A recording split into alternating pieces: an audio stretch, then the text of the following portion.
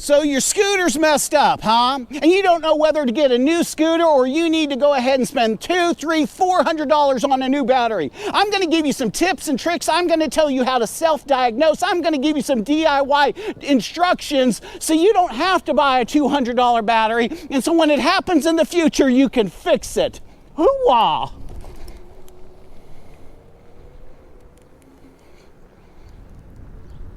Because that's how I roll. Guys, this is my favorite scooter. I have about 6 different scooters. I got this one for about $600 and I really like it. It goes and it goes and it goes until the battery dies, and that happens like all of the time. Why?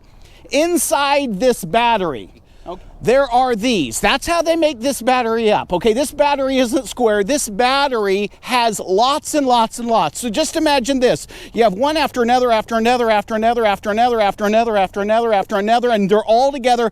Then you have another row, and they're all hooked together. Now all these small batteries that are in your big battery are connected by small soldered wires.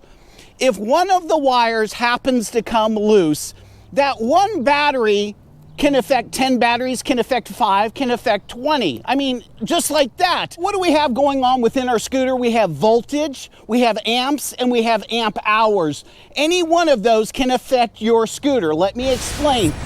Imagine this, the voltage of your scooter is what is going to power the motors. The greater the voltage, the faster it goes. Most people don't realize that. So if you're having an issue where your scooter just doesn't go as fast, and you might be saying, well, when I first got it, it would go 30 miles an hour, and now I can barely get 15. Voltage all day long, meaning one of those small batteries is gone bust, and it may not be alone. It may have taken 5 out. You need voltage to move the motors, to move you on your scooter. Your scooter has safety technology built into it. If it doesn't sense enough voltage, it just turns off. So some of you have been going and all of a sudden it just turns off. What that means is you don't have a high enough voltage for your scooter to run because of the safety technology that's built into it. So you might be going 5 minutes, 2 minutes, 1 minute. It shows a full charge. You have a full charge with the batteries that have not gone bad. But the ones that have gone bad are keeping you from having the voltage that you need to push you on your scooter. Amp hours represent how big the battery is, meaning this, you could have a 48 volt battery, but only a certain amount of amp hours. The bigger the amp hours, the farther you can go. So if you only ride the thing 15 minutes and then go home, you don't need a lot of amp hours. But let's say you have to go to work, okay, it's 25 miles away. You need a bigger amp hour battery. Volts will also affect amp hours because, again, if your battery is partially damaged because of some of those single batteries and it's not getting everything it needs, obviously it's not going to go as far, and you'll notice you're always having to charge it. Now when we look at the two wheels, you may have a motor in the front, a motor in the back, but watch this. There's a certain amount of wattage. What that wattage means is how much energy those motors are sucking to get you going. The bigger the motor, okay, the more amperage it needs, the more voltage it needs. And you might be saying this, okay, man, I understand what you're saying, but what do I do? My scooter's busted. First and foremost, you need to get your battery out and you need to take this to an electrician unless you have a multimeter, okay? A multimeter is a device that's going to show you the amperage, not very well, and it's going to show you the volts. And what they do is they put 2 little pins in here and it's going to pop up, you have this much voltage. In your scooter manual, it's going to tell you how much voltage you need to run this. When they check this, if the voltage is way down, what has happened is several of these have gone bad.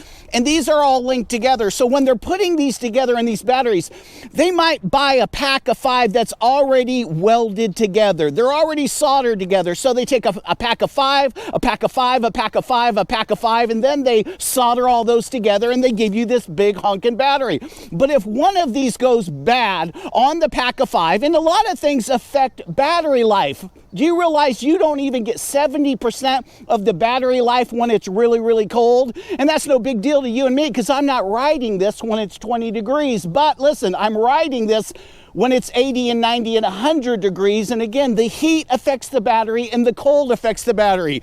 And so we have to find out how much voltage is left in this pack. Now, what you can do if you know someone that's very handy, a DIYer, you can slice this open, okay? You literally can slice this open, and what you're gonna find is a bunch of these batteries, and what you can do is take a multimeter, it's just like two pencils, and you touch each battery, okay? Make sure that thing is set on DC and not AC, and what you're doing is you're checking and you're trying to find the missing battery, the busted battery, the battery that's causing you harm, okay? And what you're gonna do is basically you can buy these for a couple dollars. Is that not crazy? You can get these on Amazon.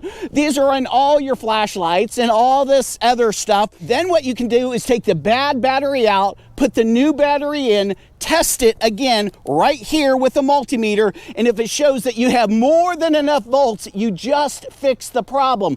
When you're putting it back together, because you're having to cut through this, you have to duct tape it back tight. Because again, as you're riding that scooter, if it jars, if those batteries are just kind of shaking and stuff and it's not tight in there, you're gonna break another one of the leads and you're gonna have the same problem. Remember, most of these scooters are very inexpensive. They're from China and they're trying to cut corners. I mean, this battery is like the third battery.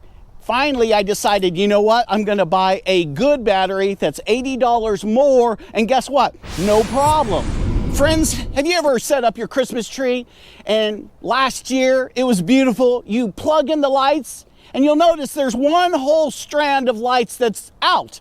And you have to go bulb to bulb to bulb, finding which bulb is broken. And once you pull the bulb out and you put the next LED bulb in, all of the lights work. Isn't that crazy? That's likened under the problem with these cheap Chinese batteries.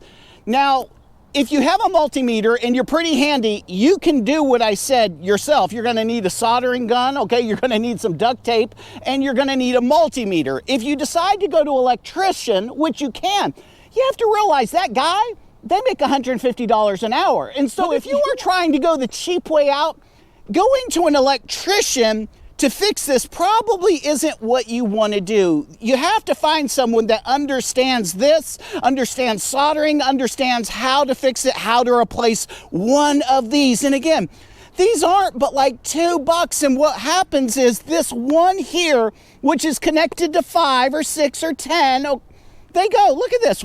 1, 2, 3, 4, 5, 6, 7. So these are probably linked together in 7. So this has 7, 7, 7, and 7, all running 48 volts, okay, with X amount of amp hours, okay. One of these can take out a whole section, drop your amp hours, drop your voltage, and now the safety mechanism on your scooter comes on and it won't allow you to ride.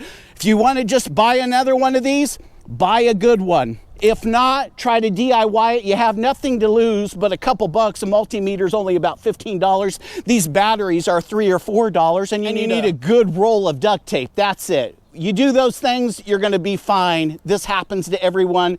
Everyone I know just chucks these. Look at, they just chuck them. I'm not fooling with it. If you have money to burn, do that. If you don't have money to burn, do what I'm saying, because if it breaks down again, it's just because of these shoddy batteries. You can do the same thing over and over and over again because these things don't last forever, and they're highly affected by cold, and they're highly affected by extreme heat. And especially if you're going up high grades and you're burning them, you have to realize that voltage is pulling from the batteries, and eventually these can get overheated if your scooter is on the cheaper side and doesn't have a heat management system. Make sure you like and subscribe for me, my friends, or I'll come to your house and steal your scooter battery.